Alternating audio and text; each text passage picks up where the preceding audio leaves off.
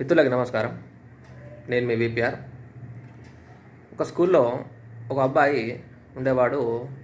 అతడు ఆ గ్రామ సర్పంచ్ కొడుకు. దీంతో అతడు నాకేం అడ్డు లేదన్నట్టు అతడు తన తోటి పిల్లల్ని కొట్టడం, తిట్టడం, అలాగే ఆ పాఠశాలలో ఉన్నటువంటి గురువులకు కూడా గౌరవం ఇవ్వకపోవడం, ఇలా ప్రవర్తించేవాడు.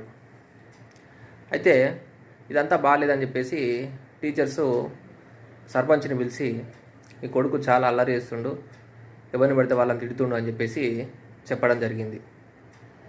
సరే అని చెప్పేసి సర్పంచ్ ఇంటికి వెళ్ళాడు. తెల్లారి ప్రొద్దున వాళ్ళ కొడుకుని తీసుకొని వాళ్ళ పొలం దగ్గరికి, అంటే బావి దగ్గరికి తీసుకుని వెళ్ళడం జరిగింది.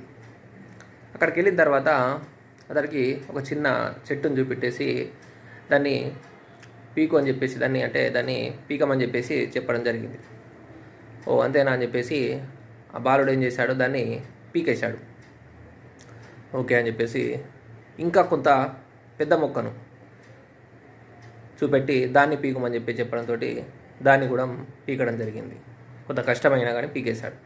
తర్వాత ఇంకొంత పెద్ద చెట్టును చూపించేసి దాన్ని పీకమని చెప్పడం జరిగింది.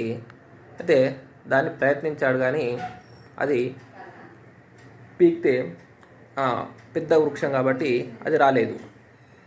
అప్పుడు వాళ్ళ నాన్న అడిగాడు, ఇది ఎందుకు రాలేదు అని చెప్పేసి అడిగాడు. అవన్నీ వీకావు, ఇది ఎందుకు వీకలేదు అంటే, ఇది కొద్దిగా అవి చిన్నగా ఉన్నాయి, అది వీకినా, ఇది పెద్దగా ఉంది, అందుకే దాన్ని పీకలేకపోయినా అని చెప్పేసి చెప్తాడు.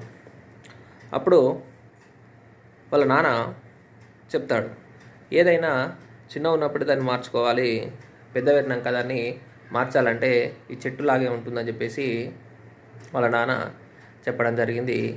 దీంతో ఆ బాలుడు అప్పటి నుంచి తన యొక్క ప్రవర్తనను మార్చుకొని స్కూల్లో అందరితో పాటు ఎవరిని కూడా ఏమనకుండా ఉండడం జరిగింది. జై హింద్.